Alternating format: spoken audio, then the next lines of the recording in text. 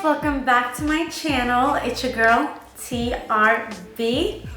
So I'm back with another video here on YouTube, and in today's video I want to talk about my road to mental wellness, mental well-being. Well, I don't know when this video is coming out, but not long ago it was World Mental Health Day, and in relation to that, it just got me thinking about how when we talk about mental health, I don't know like what content you guys consume, but a lot of the stuff that I see is very centered around illness and awareness of illness, and it's such a sensitive and hard and like tough topic to talk about, and I don't know why it's like that. Like, I guess it's still stigmatized in many ways. My thing is, I thought, you know what? Where's the positivity? Where's the normalcy around this? Can't we just all recognize that we all have a mental health just as we have a physical health? And the fact that your mental health and your physical health goes through ups and downs, that's very, very normal. And I'm not saying, oh, it's not a big deal if a person has a personality disorder or whatever. Like, I'm not here to tell anybody what a big deal or whatever is. What I'm here to share today is just my road to mental wellness and what my focus around it is, which is just really centered around creating and discovering tools that work for me, that I can put into my toolbox and figure out how can I use these tools in a way that feels best for me, and learn how to draw and use those tools whenever life kind of gets a bit rocky, you know what I mean? So that's what I'm going to talk about today. I have 3 points that I've jotted down just to keep it simple, because you know I like to talk and we don't have all day, okay? So I appreciate you joining me today. Get comfortable. I'm gonna get comfortable. On my road to mental wellness, what have I done? I've done a lot of things, okay? So this is just a short little snippet of what I've done. And I just also want to preface this video by saying this is not an advice video. I'm not here to tell somebody else this is how you kind of thrive mentally. I'm just here to share what I did, because I truly believe sharing is caring. And if you guys, or some of you, or one of you find it valuable, then that's just amazing. But yeah, so I just want to say this is not professional advice, and obviously if you do think that there's something serious going on, you know what to do, you know what resources to look up. Google is your friend. Like, yeah, I'm not a professional, that's what I'm trying to say. So one of the most important things that I've done in order to stay on top of my mental wellness has been to pull back socially and spend a lot more time with myself. I'm a person that literally loves being around people. I could be around people all day, every day, big crowds. I love attention. I love giving other people attention. I love being gassed. I love gassing other people. I love social interaction. But I've also seen throughout the years how I've used this whole kind of social side of me as a way to numb certain emotions or escape from facing certain parts of myself. I really noticed this particularly last year, which, you know, it was a litty year, but I really needed to sit down and face myself, which I really did this year. So anyway, when I say spend more time with myself, that could be literally anything from meditating, working out, journaling, reading a book, literally just anything where I can be alone in the house or alone in a room for a few hours without feeling like I need to rush or need to entertain anybody else, and just be with my own emotions. It's really interesting to see what comes up once you just allow yourself to be with yourself.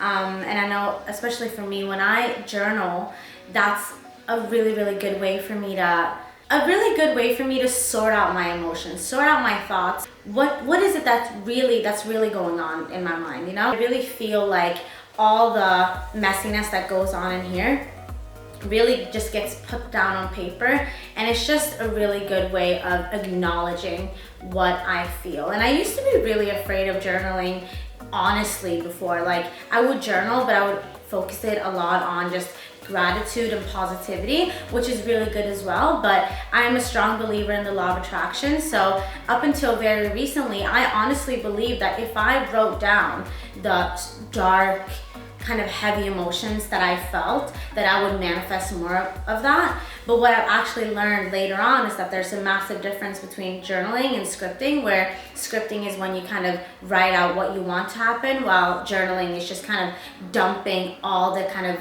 gunk out of your emotional body.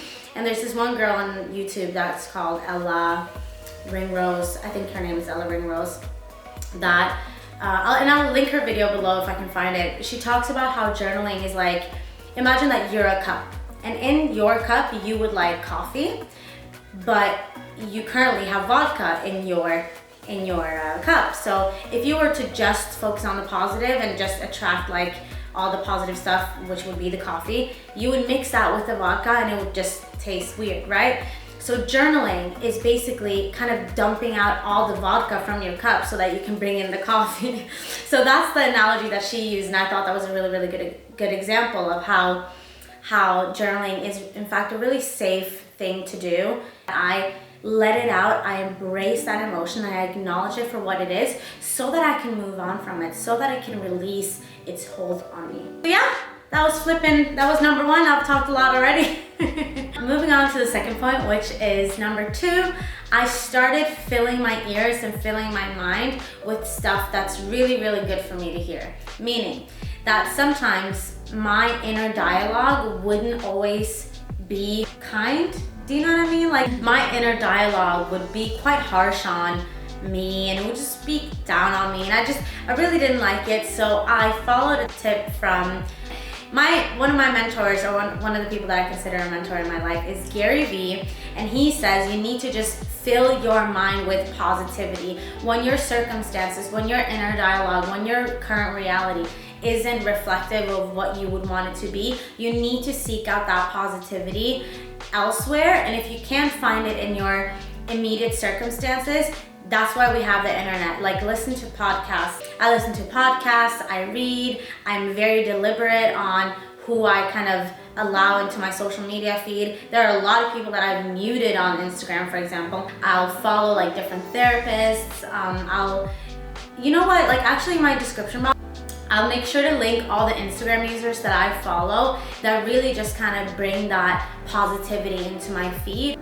Yeah, so podcasts have been such a massive thing for me. Like whenever I do laundry, do dishes, when I do my 12 through 30 on my treadmill, shout out Lauren Giraldo, those who know, if you don't, get on it. When I tell you that that is the easiest, best way for me to stay in shape, anyway, I'm rambling. Yeah, listening to podcasts, that is literally one of the best things that I do to make sure that I'm on top of my mental wellness game, because I fill my mind with such good stuff every single day that eventually just kind of becomes the way I think as well. So one of my favorite podcasts is Manifestation Babe by Catherine Zenkina.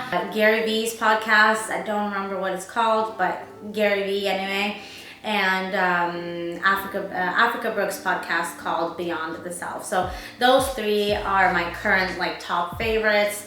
Just filling my mind up with positivity throughout my day has been such a massive thing for me mentally. Number three, dare to be open about how I really am mentally. So for those of you that already follow me on Instagram, you'll know that I'll go through like these phases or these periods where I'm very open on my stories, where I'll just be like sharing unsolicited how I am, what I'm doing, what's going on, because that's a really good way for me to kind of shine a light on whatever darkness that I have in my mind and shrink it into nothing. And by that I mean, when I go through things privately, I'll kind of feel like that the things that I'm going through are a really big deal. Like I feel so ashamed about it. I feel stressed out about it.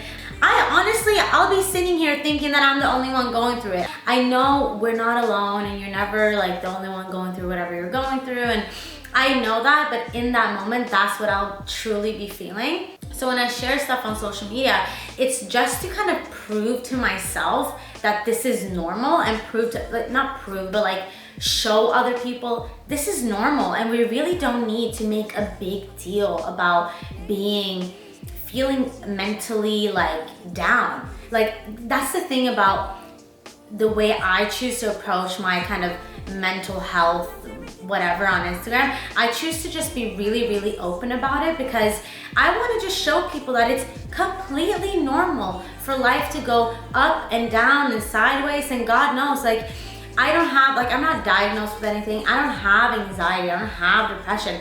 Have I felt feelings of deep sadness? Absolutely. Have I felt feelings of shame and guilt? For sure. Have I felt anxious? Yes. But anxiety, I don't know. I don't have I'm not diagnosed. So what I'm trying to say is that I feel like a lot of this openness that we're seeing now, it's people being open with like something they've been actually diagnosed with, and there's nothing wrong with being open about that, but I feel like it kind of paints a very one-sided picture of like being open means that there's something really serious going on, you know what I mean? And the thing about me is that I don't really identify myself with my tougher seasons. Like it's a part of me, and it's something that I go through, and it's something that fortifies me and builds my like resilience and makes me develop some really, really good coping mechanisms, but I don't really identify with the TRB that is, you know, that wakes up crying because life just feels heavy. I don't identify with that part of myself, and I feel like by being open about it, I give it less and less power because it's not something that I'm hiding, it's not something that I'm ashamed of.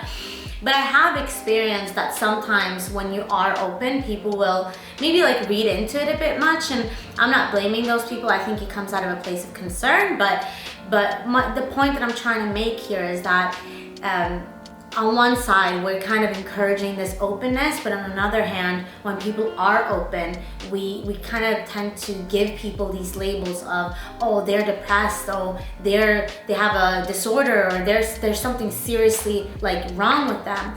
And what I'm trying to say is that it doesn't need to be either or. You can just be going through a tough season without there being anything kind of outside of the norm. I think what I'm trying to get at here is that for me, a big part of me being on top of my mental wellness has just been kind of saying it as it is, not hiding anything, and not feeling like this is something that I need to start kind of identifying with and start kind of taking on as my personality, because I feel like I identify the most with the highest version of myself, the version of myself that is so secure in herself and that is so sure of where she's going and what she has in store and what she can offer to the world. I don't identify with the TRB that's doubtful, that's scared, that's you know, putting herself down, even though that part of me does come up every now and again. Before we end this video, I just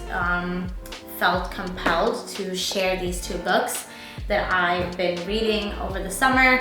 I was gonna say that they don't really have anything to do with like mental health or mental wellness, but I guess they do, especially this one. This one is called Radical Compassion by Tara Brach. I'm not quite sure. This is the book anyway, and it's called Radical Compassion, Learning to Love Yourself in Your World with the Practice of Rain.